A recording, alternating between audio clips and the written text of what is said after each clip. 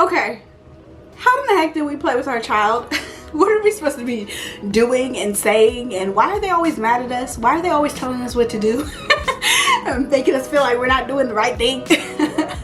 Well, if these are some of the questions you have right now about pretend play, don't worry, you're not the only one.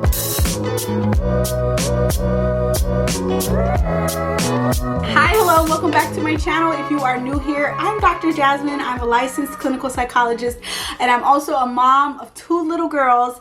And around here, if you're new here, we talk about positive parenting, we talk about child development, and we talk about, how to keep our own sanity intact as parents. So make sure you subscribe, give this video a thumbs up if you're excited to talk about play. Before I get into it, I just want to share with you guys that I have a free resource called the Positive Parenting Checklist Bundle, which is packed full of quick checklists that you can print out if you want to and keep in, public places, places you can easily see, like your office and the refrigerator, on how to best respond to the most challenging parenting moments, like tantrums, aggression, not listening, maybe your own frustration, how to, deal with that in the moment, how to repair if you done lost it on your child. It's full of tips and tricks, so you don't want to miss it. It is completely free. Link is in my bio, or you can go to www.themomspsychologist.com/bundle to get your free positive parenting checklist bundle. And if you print it out, make sure you tag me on Instagram at @themomspsychologist so I can see those checklists in action. I love to see it.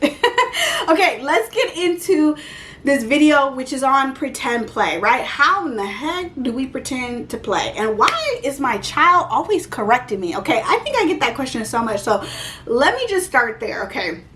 Because a lot of the times parents will share with me that they're trying to follow their child's lead and they're trying to engage in pretend play, but constantly their child is saying, no, do it this way, do it that way, don't do this, don't do that, right? No, you didn't do it the right way. And we're like, oh my gosh, I can't get this right. Should I even be playing with you right now? You seem so frustrated. I can't do anything right with you.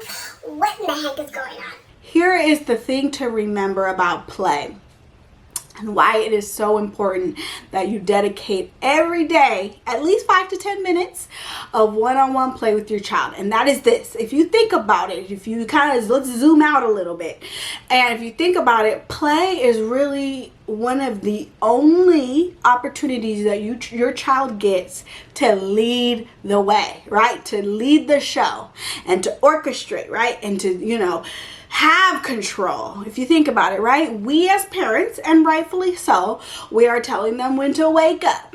Maybe we're deciding what they wear during the day, picking out their meals for them, deciding what they're going to do during the day and when they're going to do it and what order in which they're going to do it, when they're going to go to bed, when they can watch screens. A lot of the things that children, a lot of the things that happen in their life are up to us as parents and caregivers. And again, rightfully so, right? They're children. So we have to lead the way when it comes to a lot of things. But the drawback to that is that our children rarely have opportunities to have control. And we all have a healthy need for control. It's in our human DNA, right? We feel more in control. We feel more balanced.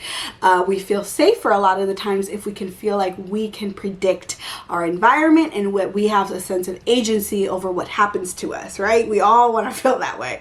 And children are no different, right? Children are humans having a human experience, and they have a healthy need for control. And so play is how we give it to them.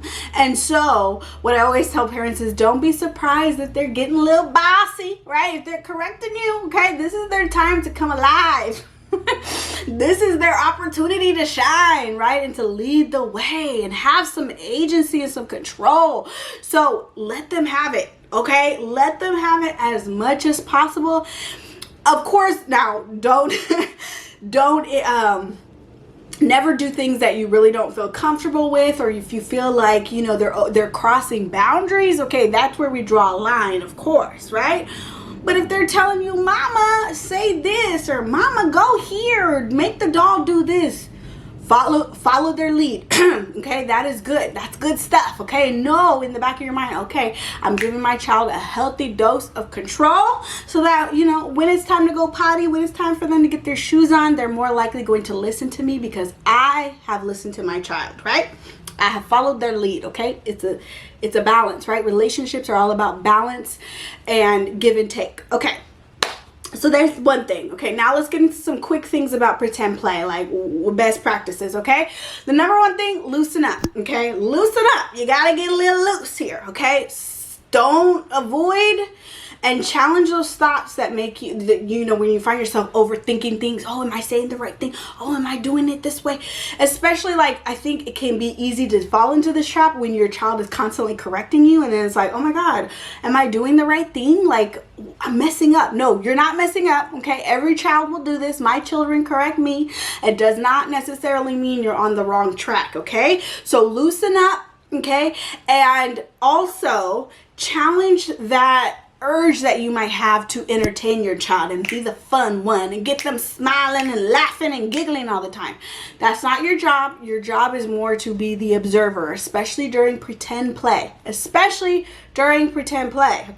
again, the dynamics are going to look different if you're, you know, maybe playing a sport or you're playing a board game, but I'm talking about pretend play where, you know, action figures are saying this, you're cooking a meal, that kind of thing, right? So challenge that pressure you might have to be the entertainer and to lead the way, because again, your child doesn't need you to lead the way. Okay, this is their time to shine. Now that doesn't mean you're just gonna zone out and just tune out. Okay, lead the way. All right, I'm out of here. I'll be here, but I'm not here. No, stay focused now. Stay in the game, but follow their lead. Okay, and so the next thing is to focus on staying in the moment, right? Which goes with what I already just said, right? So you want to be in the moment. And the best way to be in the moment, and what I always am doing so that I make sure I'm listening and I'm, you know, staying in it, is to describe what they're saying. Be their sportscaster, okay? So you're going to want to describe, and this is what I teach in my private parent coaching community, the Mom Sisterhood. We had a whole lesson on the best practices of play, what to do and what to say during play, and one of the biggest tips that I have is to be their sportscaster, okay? So say what they're doing in the moment, okay? Or what the doll or whatever they're playing with is doing in the moment, okay? So, oh, the doll is climbing up the stairs. Ooh, she's on the 3rd level. Ooh, there she's in the room. Oh, she's going to bed. Whatever it is. I mean, it sounds a little silly, and of course, you don't want to just constantly be doing that. You want to mix it up, right? You want to have a balanced language overall. But that is one tip, one pro tip for staying present, and also telling your child in a very concrete way you're listening to them, right? You are attending to them. They have your full undivided attention. There's no better way to do that than to describe, because they know, oh wait, okay, I know mommy is paying attention to me because she's looking at what I'm doing and she's giving me a play-by-play, right? There's no confusion there. There's no second guessing. She knows, or he knows, or whoever knows that you are paying attention, okay? And that's so important. And the extra bonus is that it helps you stay in the moment, okay? So your mind doesn't wander, which, you know, it naturally will. So don't feel bad if you find yourself daydreaming about what you're going to cook for dinner, or all the things on your to-do list, or how much you want to break. Okay, all normal. Just fall back more on those descriptions. Be that sportscaster so you can get back in the game, if you will.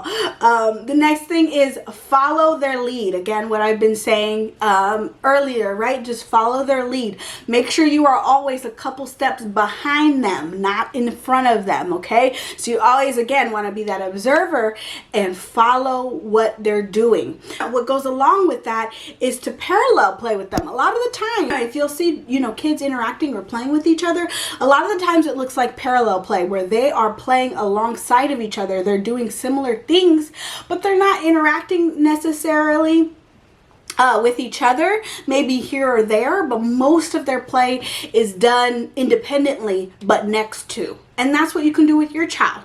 Play with the things that they're playing with.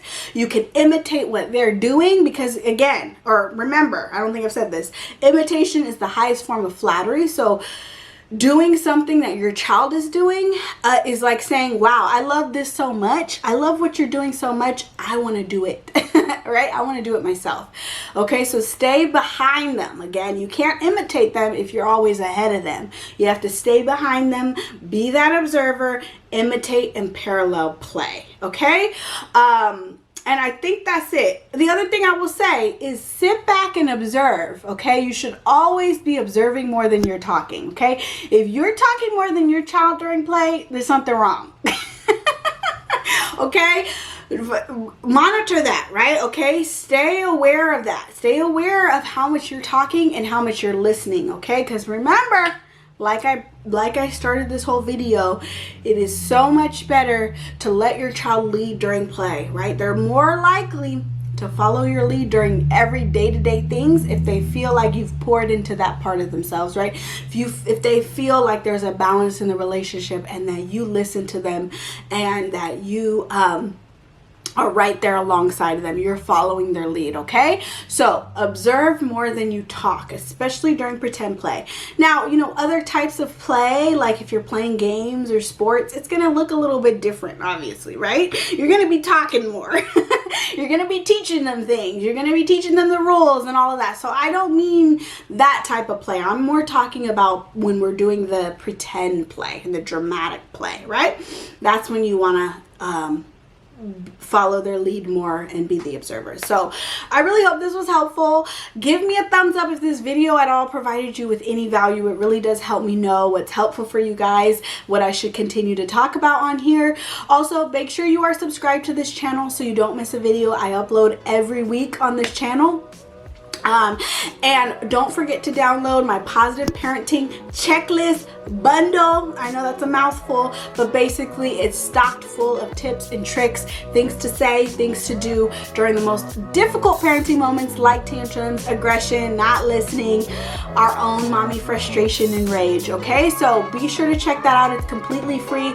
You can go to themomspsychologist.com/bundle or check out the link in the description and in the comment section of this video. Okay, that's it for this video. I will see you guys in the next one. Bye.